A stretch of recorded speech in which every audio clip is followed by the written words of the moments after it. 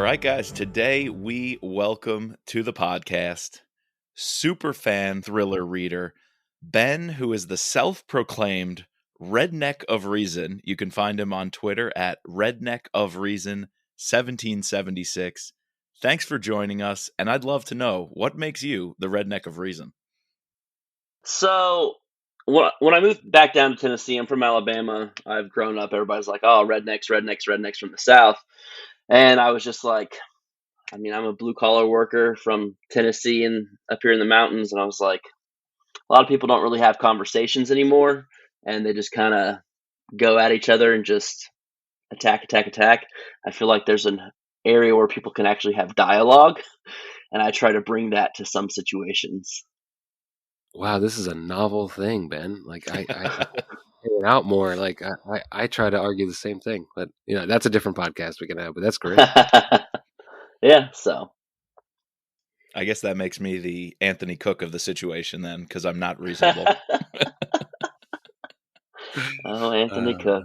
Well, Ben, you came to our attention on the podcast and got a shout out a couple episodes ago when we found out from the Atrium Mystery Bus, David. For anyone who doesn't know, he was Vince Flynn's publicist and continues as Kyle's publicist and is just one of the best in the business, working for Simon & Schuster. And he highlighted you on social media for finishing all 21 Mitch Rapp books, including the newest one, Oath of Loyalty, in just 3 months. That's got to be a record. Tell us about that. So, interesting story, I guess. We were at the beach in June, and everybody was reading, and I was bored, and I was tired of being on my phone. It's like I haven't read in a while. And so when I got home, I saw Jack Carr somewhere. I don't know if it was on social media or if it was on a podcast talking about his books. So I picked it up. I started with Terminalist, and I read through Jack's books before the show came out. And in Jack's books, he mentions different characters reading Brad Thor's new paperback, etc. And I was like, oh, I'll check out Brad Thor. So I went through the entire Scott Harvath series. And right about that time, I started seeing tweets and stuff about Mitch Rapp, Oath of Loyalty. And I was like, oh, I'll check these out. And then I was like, oh, man, there's a new one coming out. I need to race through these. And so I just started reading through them and kind of found Thriller Twitter. And I was like, oh, this is kind of a cool place. So that turned into that. And I just got through about a book every day and a half, 2 days. Wow. Yeah, it took us, Mike, how many, we obviously read them the first time around faster, but how long did it take us to cover the entire Mitch Rapp series? A year and a half, 2 years? Yeah, it was 2 years, and we were going at the pace of a book a month, so then a couple of breaks. I need to do that next. I'm going through Brad Taylor's books right now, and as soon as I finish those, I'm going to go back through the very beginning and read them all the way through again, just slowly like digesting it and really getting the nuances. Yeah, it's on the reread that you really begin to like appreciate some of these things, because like at some point when I first started reading them, I was kind of just like I wanted to get on to the next. It was I'm a completionist, so like even if I pick up a book and I'm not really digging it, I have to finish it. And hell, if it's a series, like I have to end up finishing that entire series, even if I am not total vibing with it. But so were you reading these or audiobooks or a combination? So it was a hybrid. So I'm a blacksmith. Nice. So at work, I'm in the shop wearing headphones and stuff. And so like during the day, I could probably get 3 to 4 hours of listening in. Nice. And that would get me to about the halfway point in most of the books, and I could finish them that night reading the books. So it was really good. And then like on the weekends, I would just read the books only. So I'd say, I read all of Consent to Kill, Memorial Day, The Last Man, and Transfer of Power. And then most of Kyle's I read all the way through. Oh, wow. Cool. That's so cool. Heck of a list right there. We can go into any of those series, but I guess since we're covering Oath of Loyalty now, this is the Mitch Rapp pod for the moment. Just to ask you a couple questions. What was your favorite book? Oh, and I guess sorry. The first question I should say: did you read them in publication order or chronologically? Chronologically. Okay, so you started with American Assassin. Okay. Yes. Going back, I'd probably start with Term Limits and go through like the entire thing. Or what was the first book? Term Not Term limits and Limits. then transfer of Yeah, power. just Yep, transfer of yep. power, and then yeah.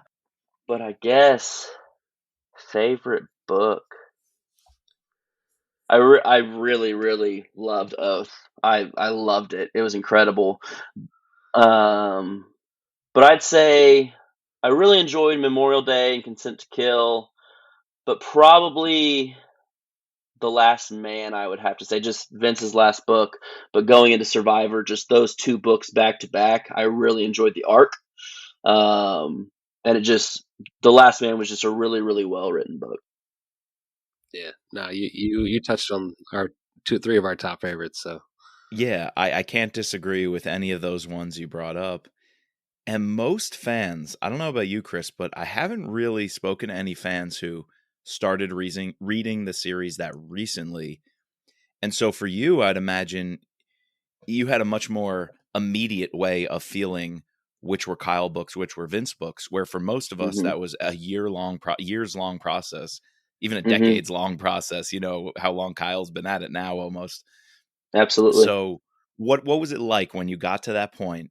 How did you feel getting into the Survivor? Did you even know or recognize that it switched over to Kyle? Was that something you were thinking of, or did the series kind of just flow seamlessly for you into the next few?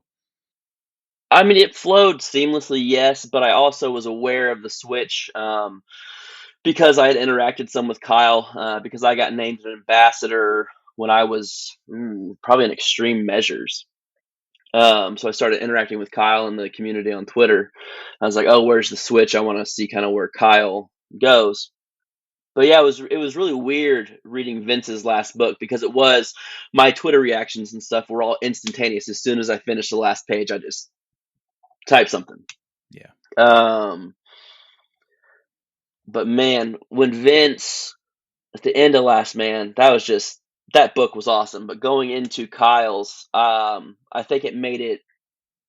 I think the Survivor was more emotional than the Last Man because you kind right. of go, it's Kyle's first book. You realize that Vince is done. It's a different style, and then what happens with Stan at the end of the Survivor is just like, ah, because the way he went was just perfect. I absolutely Yes. love that. That's how he got to go out. So yeah, it was really cool making that transition to Kyle, and then seeing immediately what different things Kyle did from Vince and which way he was taking character development and storyline development was interesting. Yeah, I think even though Kyle has a distinctive voice in the series, The Survivor is probably his most Vince Flynn like book, the most Flynnian Hmm. book, and that was out of Hmm. necessity. He speaks Hmm. about the research and effort he put in to do that, and I'm glad he's found his own voice. But he's been really really sharp in picking up Vince's loose ends, like you said with Hmm. Stan Hurley. Like The Last Man was a swan song. Like really felt Hmm. Vince poured so much of himself into that book, and he very clearly had Stan Hurley at his end. And for Kyle to pick that up and realize he's got to close that loop was brilliant. And then also Louis Gould reappearing, all the way from earlier times. There's a reason Vince did that. There's a reason he put Louis up against Mitch, and Kyle recognized that and decided to Hmm. to run with it and build it on it. So I don't know how you do that. You pick up from someone like that and so Yeah, adeptly, it's almost like you could read their mind and where they wanted to go, and Kyle was able to just pick it up. I thought the Stan Hurley ending was really interesting too because it kind of closed the full circle of life of their relationship. Like Mitch went to Stan to learn how to harness his anger, whatever, learn the skills to go get revenge on the person who killed his fiance, and in the end, Stan is there to kill the person who killed his wife. It's just like Right. it's a very Yeah. cool circle. Yeah. Speaking of loose ends, Mike, maybe we can talk about this a little bit later, Ben, but did you feel like this book, the current one, Oath, like Kyle was just tapping into a lot of like just feelers from all the way back to transfer of power we're talking about. Yeah, it was pretty cool how he just brings things around because he does it through all the books where he writes. Like every single one of them has some little nugget just come like his research of what Vince created is just very impressive. Yeah, I guess he tries to do that to show that he's not lazy. He's not like, all right, this is my series now. Like, no, Mm-hmm. this is all based on a history, and especially for Mm-hmm. people like us who, we maybe care about these books a little bit. No, I don't want to say too much, but more than your average reader. And so Yeah. when we read them and we read those things, we actually appreciate those little tidbits more than just someone who's picking it up off your Mm-hmm. airport book stand, if people still do that, or downloading it on Kindle while you're waiting for your next plane ride, right? Yeah. I appreciate you guys being very vague there, just to catch up the audience. I'm still only halfway through Oath of Loyalty. These two, young Oof. men here have finished the book. They're dying to talk about it. And I'm sure you, the audience, wants to hear them talk about it. So shortly soon here, a few more questions. I'll back out, giving you guys the room to get into Oath of Loyalty. And, we could post this with spoilers so you guys can share your thoughts on it. But It'll be appreciate you fun. I being haven't vague actually there. talked to anybody else about it yet, so it's going to be fun. And then, Chris, we have a couple of hours left of recording to do. We're going to do that. So down the road here, just a few days Golly. on the pod, you'll get to hear us talk about it too. Yeah, kind of like you, Ben. I only almost exclusively do audiobooks now. I like to read, but it's just I have 4 kids and it's kind of hard. So on my commutes, I have about like an hour to an hour and 20 commute. I just am just doing audiobooks, and so Mm-hmm. I read the first half because we got the arc. So I read the first half, and then as soon as it was available, I got the audiobook, and I crushed it in like the rest in one day. So I'm going to listen to the audiobook on Saturday, I think. My wife's going out of town, so I'm going to have the whole day just to listen. nice. I guess we can Yeah. talk about just audiobooks in general. Yeah, George, how have you felt? I feel like he's with these last couple books, he's been really hitting his stride Yeah. with just I don't know what you just speak on, like what your experience with the audiobooks has been. I mean, great. George's voice is just awesome. Wasn't there one that he didn't do?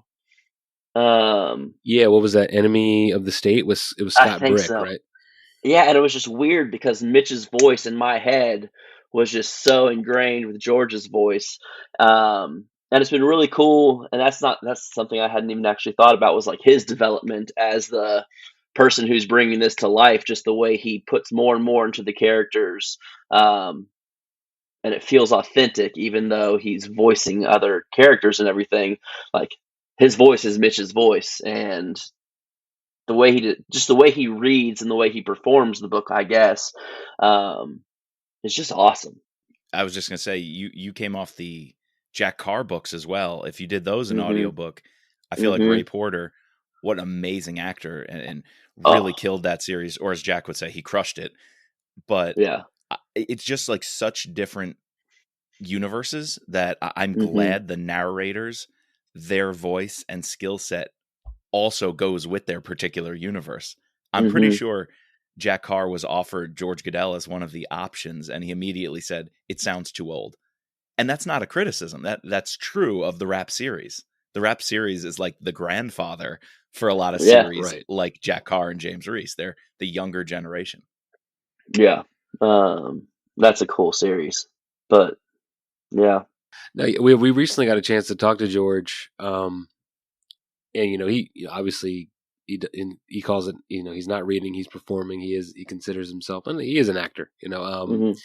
and you could tell when he was talking to us, he had just finished recording this, and Ooh. he really cares about, or at least I don't know, maybe he was lying to us, but I don't think he was. He seems to know.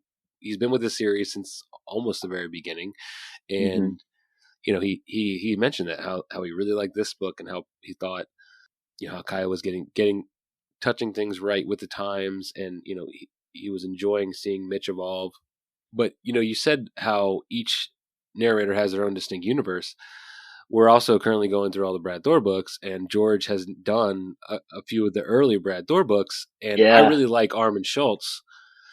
And I really like George too. And when George did, I guess he just did the last two we did, right? It was a Blowback and Enemy, State of the Union. State of the Union. And as I'm reading it, especially State of the Union, which had like a very Vince Flynn feel to it, I'm like, am I reading a Mitch Rapp? I feel like I'm reading a Mitch Rapp or listening to a Mitch Rapp book, not, Yeah. but it's, Scott Harvath is present in it. Yeah. It just, you get these in your head and, you just become so ingrained with it, Mm-hmm. especially with people who are super fans or mega readers like us. Oh man, I'm jealous that y'all are going through Brad Thor's books. I love that series. Scott Harvath's awesome. And that's going to take us a while longer. We're only on what, Chris? Book 5? And is he also up to 21 books? I think he's up to 22. Yeah, 22 now. Yeah. Did you read Rising Tiger, Ben? Yes, I did. It was sick. Yeah. It was awesome. Yeah, we both really liked Rising Tiger, and it was interesting how in the community it didn't seem to be as popular as some of his other ones. I don't know. I like the fresh take on it. Yeah, and the way he writes just about political things and what's going on in the world, it's just he does a very good job of making it's so possible that it's just like, oh, that could really happen. Yeah, he's constantly pumping out on his Twitter or Instagram, like straight out of Black Ice or straight out of Rising Tiger, the thriller version of The Simpsons. Yeah. Thinking back on it, I loved Rising Tiger, and you can listen to our pod about that on season 2, Scott Harvath podcast. But thinking back on it, he edited a lot down out of that book. It ended up being pretty skinny, I feel like, and read really quick. And I'm thinking back, like, I want more of India and China, and right. I want more of the geopolitics, and he can deliver on that so well. I just hope that it's not getting edited down too much to be more accessible to a wider audience who'd get bored by that. But man, I can eat that stuff up. Absolutely. Yeah. I kind of felt the same with this new book because it's only 50 chapters and it read really fast. And when I saw the audiobook length, it said it was just over 9 hours.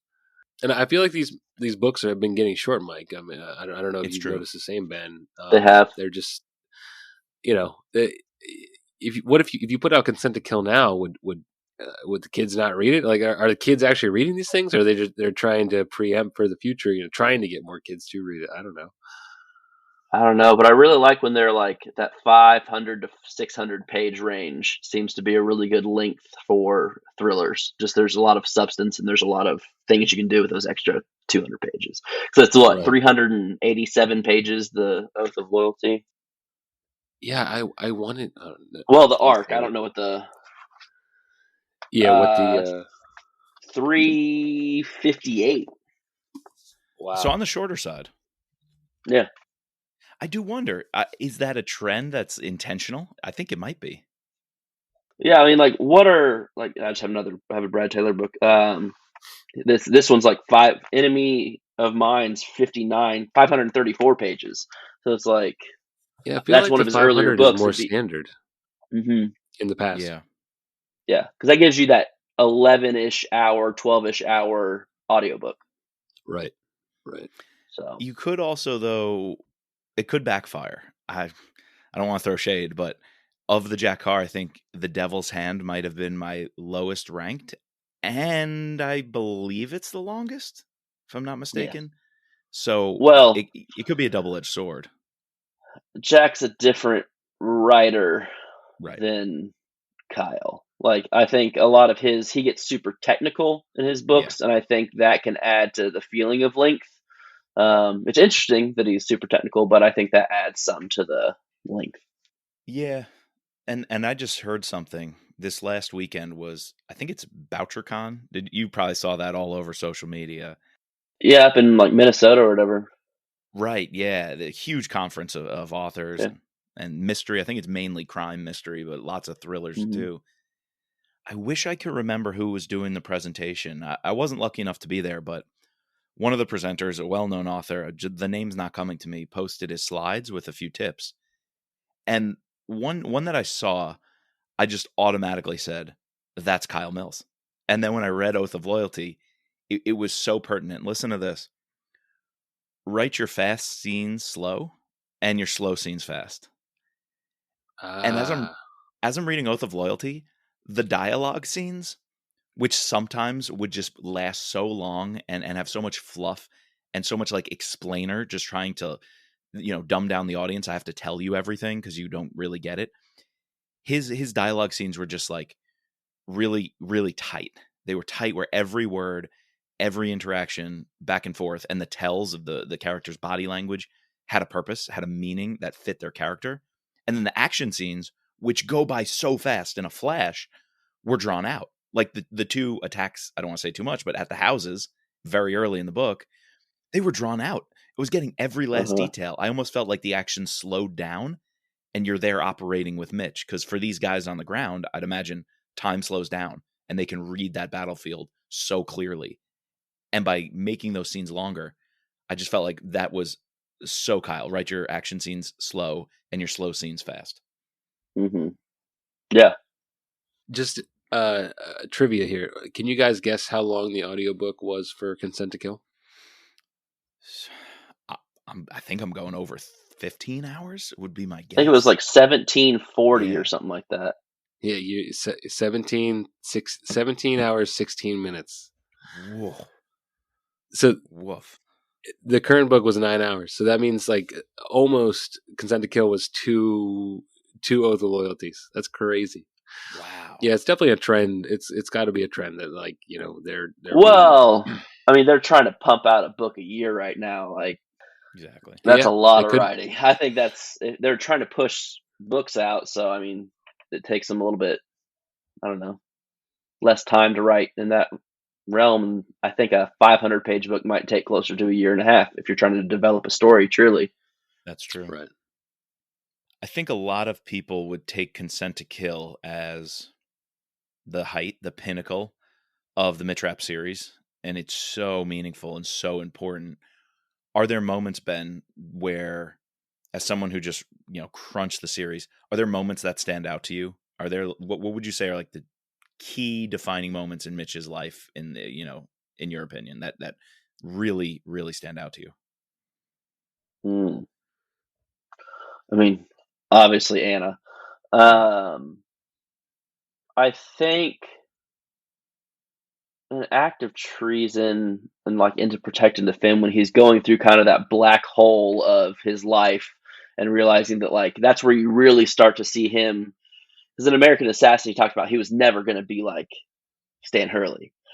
And like you kind of see that development into that angry, bitter, spiteful, vengeful man.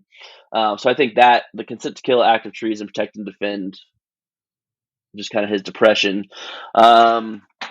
Let's see. Stan dying, I think, really hit him. And it's all the tragedies. I mean, Stansfield going. Oh yeah. The early days, Stansfield. Yeah, I would love to have a side story of Stansfield.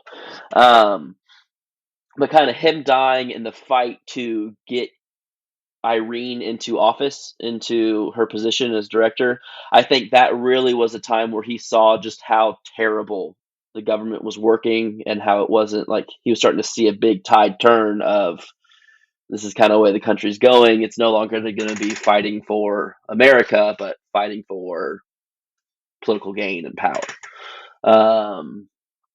What would you say about Mike Nash's introduction? You mentioned Extreme Measures earlier. How did you feel about that book? Because it's friggin' incredible. It's a great book, but a lot of people were concerned Mitch took a back seat. What's your take on Mike Nash? This might be a terrible take. I hate Mike Nash. What? Wow! I think he's the absolute worst character in the series. Whoa! Is that? Did you have that feeling before Enemy? Before Enemy at the Gates, yeah. Yes, because wow. this is gonna sound like I'm just a redneck, but he's so soft. Like Mitch does kick his ass. No, so you're picking up on something that I picked up, and I sort of like hashed this out with Mike, and I tried to. We said it on the pod last year. It makes complete sense why Mike would turn the way he did. Yeah, because he doesn't have a spine. All the books leading up to it, Kyle and Vince were dropping these hints Yes. Sort of sending him down that path. And Yeah. Oh, in he the might very be in the beginning, president's. sorry, go ahead. Go ahead. No, I was just saying, like, oh, he's going to be in the president's office one day. He does really well meeting with the politicians. It was just a breadcrumb trail of trashiness. Like, I do not like his character because he didn't have principles really. He never had Yeah. a true set of values explained, like what he believed. It was just kind of what situation was he in? How could he navigate that? Yeah, maybe we should have been more skeptical of the whole idea of, he could be president, because we're trained to think that, Mike, you said it all the time, the politicians are secondary villains. So the And fact he was that slinking into that. he was slinking into that, then we should have known that he was going to eventually become Right. a villain. Yeah, no, this is And perfect. Irene. Yeah. You got to trust Irene. Irene had suspicions the whole way through. Right. Mm-hmm. And Yeah. her intuition is nothing to, mess around with. It's always spot on. Well, and even in Pursuit of Honor, which is the one where the counterterrorism center is attacked? Yep. That's Pursuit of Extreme Honor. Measures. End of Extreme Measures. Yeah, end of Beginning of Pursuit of Honor. Pursuit of Honor. Yeah, I think okay. the press conference is the beginning of Pursuit of Honor. Right, Beginning. right. He didn't really do anything there either. Like I get that Mitch wanted to get him out of the life, but he didn't do anything. He never really did anything. Right. Hot take. No, I there agree. it is. Hot take. Mike Nash sucks. I think it makes him a compelling character, though, and I'm on record on the podcast really loving him. I think even if I agree with your points and they're all valid, I think I liked him being dropped into the series because I think the series needed that gray zone where Vince was always politicians, bad, evil, money, themselves. Irene, Mitch, CIA, intelligence, good. I think he brought in the real life drama of what happens when a family man does have the skill set and experience. He was a Marine. And if I'm not mistaken, was he Force Recon? But he was a Marine. So he had the skills. But when he's got to operate like a Mitch, and you got the family, like, I'm glad he was put in those shoes of I have to make hard decisions and often I'll make the wrong one. But by making the wrong one, I'm justifying it because I have an outside life. My job, protecting America is not my primary job. I'm a dad, and I think putting that in there, love him, hate him, long term, seeing what happened in Enemy, probably hate him, but I think he's a very compelling character for the series. Oh yes, that was necessary. In the series, I'm glad he's in the series. Like, I don't wish he wasn't in the series. He's an integral part of the series. Him as his true character, what he was, I just was not a fan of. But no, I mean, his character and the development and going through everything, it was a great part of the series. Yeah. Okay. And I think at the end of Enemy of the Gates, I don't think we've seen Mitch deal with that yet. Right. Which I think is going to be interesting if that comes out in the next book or the next, but that's going to be something he's going to have to deal with. All right.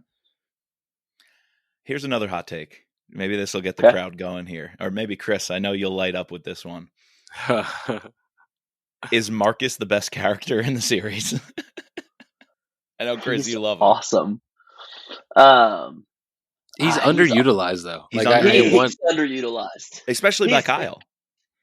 Yes. Yeah. Well, and I think his kind of awkward, sheepish, timid demeanor brings you see a more protective side of Mitch when Marcus is around. And I don't know, have y'all actually read the entire Brad Thor series, like as individuals? Yeah. Mm-hmm. He's kind of what the troll is to right. I was just gonna say that, but in without their history, but just kind of that relationship of their family because of what they went through and how they got together. Marcus is awesome. Yeah, I was literally going to say that. Like, I want Kyle to treat him, and I wanted Vince to treat him more like how Brad treats the troll. Nicholas because is one of the greatest characters. Cool yes, hands. That's besides Scott. The troll is hands down the best character in that series. Yeah, I don't know why Kyle is. I guess spoiler, Mike. Marcus isn't even in this book. Like, Okay, I didn't think so. I didn't think he would be, but yeah, okay. Yeah, but like, and there's times where like he's been what an enemy. He was in there for maybe like a chapter, like quick second, yeah. So, yeah, I don't know. I guess you got to be vibing with the character, and if you're not doing it, then. But there's a ton of other quirky characters that Kyle has that he brings in, Right. and Fred Mason. You guys are going to be. What book was it with Marcus where he was in a limo with Irene and Mitch, and he had done something in a super quick amount of time? Oh, that might have been Enemy at the Gates. Because they're looking for When the he mole. the iPhone. They call it Right. Apple. He's able to like break into someone's phone, right? I don't know. Well, I know who do they use to track down the mole? Oh, no, that was does like he a put little, together the fake intelligence package? Oh no, I think Irene does that single-handedly, or maybe she has Marcus do it. It's literally just like a 3-sentence little interaction, but he's like, "No, I was only able to do this, this, this, this, and this." And Mitch looks at him and he's like, "Wait, you did it?" And Irene was like, "I'm sure he's been practicing that all morning." Yes, It was it was a very funny little humorous. That's right. Yeah. Yep. Yeah, he's a underutilized character for sure. For sure. Last episode, Chris, you and I talking Oath of Loyalty, we've got hashtag Fred Mason for president. And this time we've got hashtag bring back Marcus Demond. Yes, that needs to be trending ASAP. Bring back Marcus.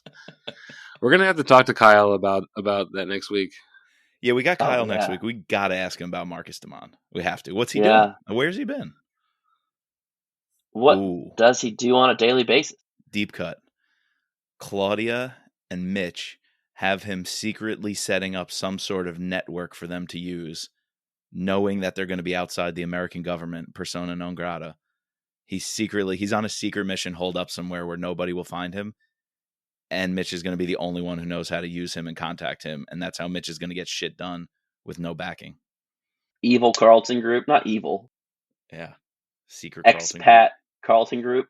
Yeah, the something Dumond like that. Group. The Dumond Group. All right, here's another hot take, since these are really getting us going here. Is there a Scott zone? And here's what I mean by that. I've kind of felt for a while, and maybe this is okay, maybe it's his role. Has Scott Coleman just been relegated to this, everything man, call him when you need him and he'll just solve your problems? Which, yes, that's what his company is about. I get it. But at the same time, there's been like 2 or 3 times in this book where he calls up like, "Hey, I need an extract from my house." And he's like, "Where are you?" He's like, "I'm 15 minutes from my house in South Africa." And Scott's like, "Okay, get somewhere safe, 15 minutes, I'll have you out of there." And the last few books, it was like, just call up Scott. I like that role. And that is his company, Seal Demolition. But is there almost like a Scott zone? Like, are you being like the friend zone? Are you being put in the Scott zone of just, you stay over here until I need you, and only when I need you will I call you up? Yeah, and I feel like Mitch masks it as trying to protect him from operating outside the bounds, protect his company.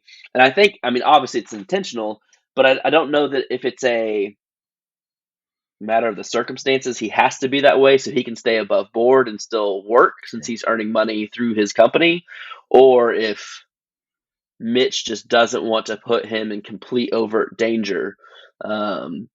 Especially, after what happened with Grisha. Woof. Right. Yeah. So, to sort of piggyback on what you said, Mike, do you also feel that Scott has leveled up over the years in terms of his capabilities and in terms of him as an operator? Like, but then I have to think back to, like, he's the one who planned the entire attack in term limits. So I think back to that. I'm like, all right, he's obviously a pretty capable operator, but there's at times recently where he's almost better, like the way Kyle describes him or whatever, his actions. And particularly there's a scene in we haven't talked about it yet, Mike, so I guess we can't really go into it. But, it's just like, holy shit, Scott is literally better than Mitch, So is there a Superman complex? Yeah, almost. He's a little bit OP now. Scott's almost OP. Yeah. He's way overpowered. Well, I don't want to stop you guys from getting to Oath of Loyalty, So definitely let that happen. I just got to ask, I kind of think I know, but who's your best non-Mitch-Rapp character in the series? Or your favorite, Ben?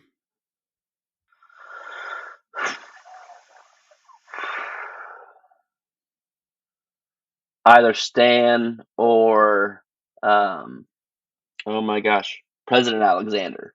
Alexander, okay. I like Alexander. Alexander was a really cool character. He's a good ally. But yeah, Stan was just awesome. You like him because he played for Alabama, or so you're from Alabama or you're from Tennessee? I'm from Alabama, so I've been an Okay. Alabama Crimson Tide fan my whole life, but I've now lived in Tennessee longer than I lived in Alabama, and my wife's from Knoxville, and we just moved to Knoxville so I can go to games, and this is Okay. the first year that I'm really go Vols. Okay. A big hubbub. All right, well, So- let me back out here. I'll let you guys run with Oath of Loyalty. Just Chris, Wait, text me.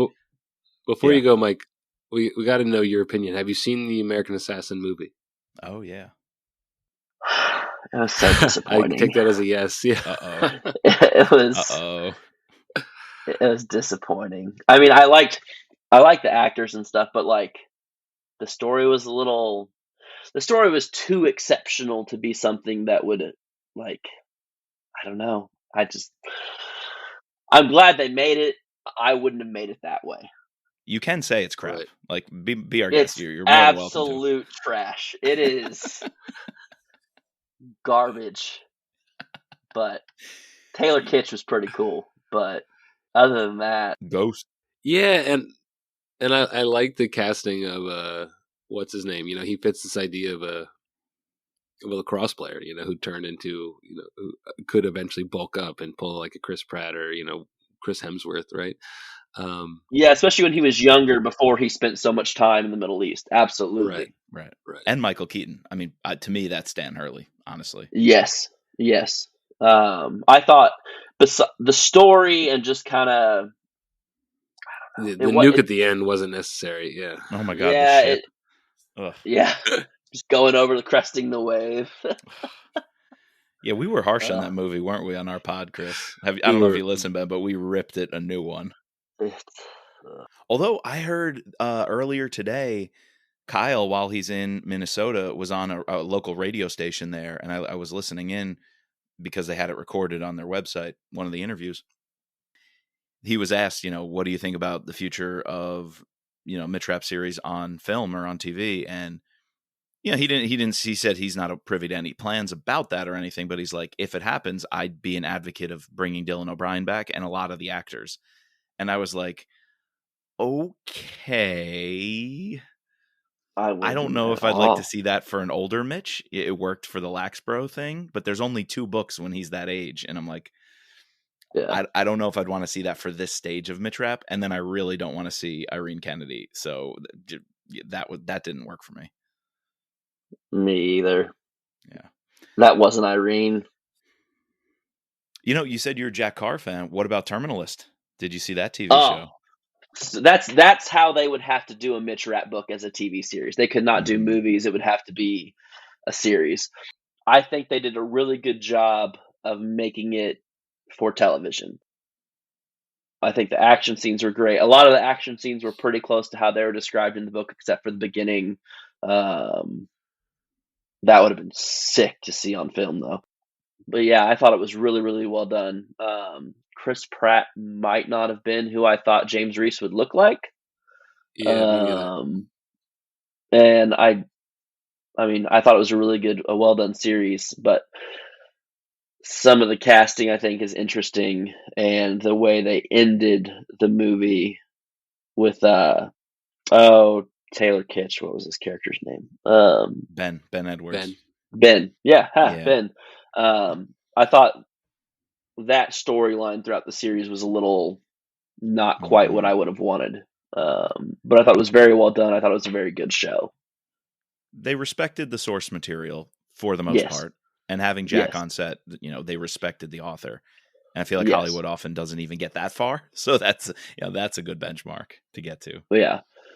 But no, yeah, it was an incredibly well made show. It was as a fan of the book, it was great. But I've learned through reading these past few months that I prefer the books over any sort of adaptation that could be had, Of course. because you get so much more in the book, just detail and everything. Yeah.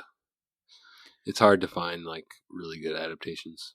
Yeah. Yeah, I'll be interested to see if, they still haven't greenlit a second season. Or at least they haven't announced it, whether or not it actually is. Which is kind of surprising considering how well it was received by the audiences. Obviously, the critics had their own bullshit thing to say, but yeah, I'll be interested to see if they now follow this up with, the next book, because the next book is very different and would give a very different feel in terms of how that season would go. Well, and the boat he's on is completely different. Like, that's not Right. gonna make it to to the Seychelles and then all the way to Mozambique, right? So yeah, interesting. Great book though, True Believer. Book number 2 to me was fantastic. Oh yeah, that was a great story. Just that, everything that happened in Mozambique was cool. It was a great book. Total tonal shift. You're right, Chris. To see that on screen would just require a whole different mindset and philosophy going into the filming than the dark grittiness of how they filmed season 1, the Terminalist series. I could see, like, I'm not a huge fan of flashbacks, but what you could do is to keep people engaged is to set up the story of the whole, president assassination / all these terrorist attacks, have that go from the jump, and then sort of intertwine his time in Africa and his time at the sea as like, various flashbacks or whatever. Because I could see like people just, if you did, it's eight episodes, you would have to do at least 2-3 episodes, or probably 2 of being in Africa, and people might just not be down for being out of the action, So I don't know. It'd be interesting to see. I love the Africa scenes though, and to me, it would perhaps redeem my least favorite part of the TV show, which was him shooting up the steps of San Francisco, like as domestic terrorists run wild through a city, and then killing in Hartley's office at the end. He's just kind of descent into madness. And it didn't seem like madness for revenge. It just seemed like a whole I'm losing my mind kind of madness. And I feel like his time in Africa could be so therapeutic to watch Chris Pratt transform himself and essentially revive the character of James Reese from this massive descent we saw him on in the last few episodes of the show. Like, it'd just be a really redemptive, therapeutic thing to watch him on the ground in Africa regain this sense of purpose and mission in life. And I just feel like it would be a really deep level of acting to watch Chris Pratt do that. So anyway. Yeah. Well, guys, anything else before I back out and let you talk Oath? Yeah, you need to hop off so we can talk Oath. All right. All right. Chris, just text me and I'll be back when you can use me. All right. Mike, it was great talking to you. I'm so bummed I'm missing out on this. Okay. I know this is a rare reversal of roles. Normally, I'm the one dragging my ass to finish the book. You're the one who's texting me. What'd you think? What'd you think? So read more. Hurry up. Yeah. Yeah. Well, we'll have to talk about it after, Mike. Yeah, we'll do that once the school year starts. I'm out. So, all right, have fun. All right, so spoiler time. Oath of Loyalty. All right, first reaction. What you said it was one of your favorites. What did you think? What did you like about it? It's almost like a rebirth of Mitch and Irene, and it's breathing new life into the series, because Kyle hasn't really aged Mitch or Irene or any of the people in his books. It might be a year or two, and I think it's setting up for a whole new arc and just kind of development of the characters. I thought it was just really well done. The dialogue is awesome. Yes. The action scenes. They dumped a bomb out of a plane, just out the side of a plane. That's ridiculous, and it's awesome. And I think Kyle really just brought a really cool humor to some of the characters that has kind of brought a little bit of youth back to Mitch to kind of reinvigorate for a new stretch. Yeah, no, I would agree with you on all that. I think my sort of hot take about the book is that it's not that I don't like it. I really like it. I really thought that it was very well written, and I like the storyline. But my and it kind of goes hand in hand with what we were saying earlier about the shortness of the books. This is not a book. It is a really long prologue, or a coda in the series to, all right, he's been building up. He built up this, did this humongous act of killing off Mike Nash.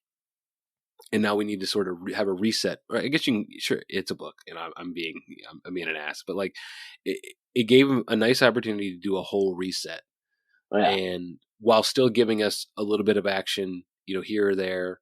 There was, quite a bit of action, and like, in the beginning where we're going the scene where he goes to, where Mitch has to, get out from his house, where he has to, Get down to his little safe room, kill all those guys in South Africa, and then, like you said, the Guatemala scene, which is very short. I wanted to be longer, but then at the same time, it's like, no, it's actually pretty perfect. Just it gets in, gets out, drops a freaking, and like the callbacks, like he calls back to when they're able to get that bomb because Scott saved the country of Lithuania, right? Yeah, yeah. And we get Grisha back. Like, I've been wondering about where the hell Grisha went. We get some dialogue from Grisha. I really enjoyed all the callbacks, all the nostalgia from the series as a whole.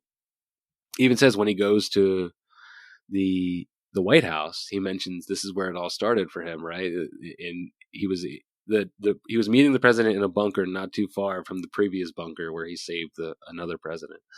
Mm-hmm. But yeah, no, just to be hot takey, I was saying that I was going to say it's not a book, but no, I really liked it. I think that it now gives them almost a blank slate. Well, I think that's one of the reasons I liked it so much is because that it could have been just a neat emotion of the moment, whatever. So I read so many books so fast. This kind of led into the culmination after, like, this is really the first big peak of Kyle's writing career with the series. Right. Like Mike Nash dying, this is like, it was so much nostalgia and so much groundwork for where it's going to go. I think it just really connected with me because I had just gone through so many of the books, and now it's like we've reached this point, and now where's Mitch going to go from here, kind of thing. Yeah. So, question: do you think the Cooks are completely done? Or we're never going to see them again? That's probably my biggest complaint about the book is how he went out. Like, why is he alive? Like, right. I wanted to what? see Legion in action, like get him somehow, like have an epilogue where Yeah. Legion actually, gets him or something. I don't know. Or Mitch kills him. Like, I don't care how he dies, but he's got to die. One. But maybe they spin the whole tragic. He's going to die, and I think it's going to be a reverse of how Alexander got elected. I think his wife is going to get elected, and I think that I'm terrible with names. I've only read through it once. The trillionaire. Nicholas Ward. Yeah, Ward. I think this is my prediction. I think Ward is going to start a Carlton Group type thing. Yeah, that's when we've been saying that since we met him in the last book. Me and Mike have. Like, I think he's going to buy Seal Demolition. Yeah, that's smart. Okay, all right. Yeah. Yeah, no, I'm super intrigued to see what he does next. I guess I shouldn't be complaining. We just got the book 2 days ago, right? But I'm already ready for next year. But I thought it was a nice tie-in, sort of wrap things up, be able to start fresh. And if he wants, he can literally, pull like a Stu Garrett type thing where Mitch goes back on his word and kills him in the first chapter, and then we have a completely separate story for the rest of the book. Or I think the Cooks could easily come back in as the big bad in the next book, 2 books down the road, whatever. So he's leaving himself open. Yeah, and I think a really cool part of the book as well was just how much you saw. This was like the really first substantial time that you saw Claudia, Anna, and Mitch together, kind of Right. going through what it's like to be a family, how their life's going to work with them having a giant shootout in their house, and her being a total bamf and just leading him through that fight. That was a great scene. Probably the best chapter of the book. Yeah. Yeah, just like how they're going to work together, what Anna's going to be like, seeing her grow up, and just really seeing like family Mitch after like he lost his memory and just kind of re-experienced his life as a whole and kind of healing from that, turning into getting what I forget who it was, he told the psychiatrist about wanting like a life again. Right. And you're seeing him really commit to that now, almost kind of breaking down some walls between him and Claudia as far as working together. Right. Yeah, no, I didn't even think about that, but this is probably the book we get the most of family time. They're together the most Well, throughout and the seeing book. Irene outside of office, kind of seeing her as a Right. person, what her character is outside of the office. I think it really is, like you said, a blank slate. He's kind of rebuilding these characters outside of the realm of the government. Now they're private citizens trying to do good. Yep. No, I agree. Awesome. No, this was great, man. Let me text Mike, get Absolutely. him back in. We can wrap up here. Cool. Mike just texted me. I want to be in on this so bad. Knock, knock, knock. Can you guys see this? This just popped up on my phone. Whoa, what is that? One of the guards at the Queen's casket just passed out. Oh no. Is it safe? Yeah, it's safe. You're safe. Oh. Yeah, it's safe. Okay. He was just showing me the assassination of. Oh no, I'm just kidding. Oh my God! Irene Kennedy becomes president and nukes everywhere. No, he was showing me a video of apparently a guard passing out at the Queen's funeral or procession, whatever. One of the guards standing by her casket just fell down the stairs and passed out. Yikes! Yeah. Is that an omen? Hey, so I asked Chris this on our last episode. I don't know if this is controversial to ask or not, but Ben, what would you say are the odds of Irene Kennedy becoming president? Does it happen? Short term, long term? If she gets with, I don't know if that's a spoiler. I kind of expect that, so I'm okay with that. All right. Well, maybe this book somehow addresses that question. Okay. All right. Yeah, I don't. You already know what's happening. No, but you know what he was going to say. Like, if she joins Nick Ward, we were kind of talking that, like, right, how, yeah, which we don't know at the end of this book her choice. Yeah. But I agree with that. If she joins on with him, then if she goes with a private entity of any sort, I don't think so. But if she decides that she wants to go back and fight and try to save the country from the inside, I hate saying 50-50 because obviously it's 50-50, but I truly think it's a coin flip. Like, I could 100% see her going that route, and I could 100% see her leaving the CIA and trying to do things maybe with a private sector area, whatever. Okay. 50-50. All right. Yeah. I'd say less than 50-50. Because I don't know that will be. It'd be such a different relationship with Mitch. I just think it'd be weird. Right. So maybe, but I don't think so. Maybe like 35%. Yeah, probably. That's what we said, right? More 30-70. Yeah. I think last time we settled on like 30-60 or 30-70 or 40-60, somewhere in that range. Yeah, against that, Yeah. most likely not. All right. Well, I appreciate you joining us. Was there anything else you wanted to cover? I mean, we usually end by saying, what do you want to plug? Any books, movie, TV, anything that you've been enjoying lately? Honestly, the Brad Taylor series, what I'm reading right now. I actually started the Brad Taylor series, the Pike Logan series, before I started Mitch Rapp, and I really did not like the speaking in the first person from Pike Logan's character in the books. That was really weird for me. I was like, no. I put it down, and then I finished Mitch, and everybody was like, read Brad Taylor's books. And so I started, and I was like, oh, now that I'm used to it, it's cool, like seeing him do what he does. I think Brad's got a great series going on. I really enjoy Pike Logan's character. We gotta check those out. Have y'all read any of them? I read a few. I don't remember them at all. It was one of the earlier ones, and it was probably when he first started. So I haven't kept up. Worth a read. Get through like the first half of One Rough Man, and it gets really, really good. People liked American Trader, the more recent one. I'm only on number 4. Gotcha. Okay, so you'll have the series finished by tomorrow morning, probably, at your rate? No, I think I have till April. I might read a little bit slower this winter. All right, fair enough. So, but yeah, gentlemen, it was great. I appreciate it very much. Yes, sir. Yes, thanks for coming on, Ben. Well, let me just leave you with a tradition here on No Limits. We got a limerick for you, a redneck limerick for you. So to say goodbye, he calls himself the Redneck of Reason and loves reading thriller books about treason. How many books in a month can he get through in a crunch? Oh, don't you just love new rap book season? Thanks for joining us, Ben. Absolutely, I appreciate it.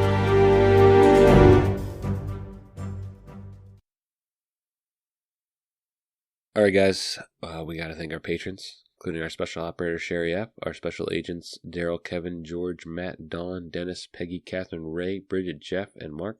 Please subscribe using your favorite podcasting platform. You can find us at thrillerpod.com or on Twitter and Insta at thrillerpodcast. And as always, just let Mitch be Mitch.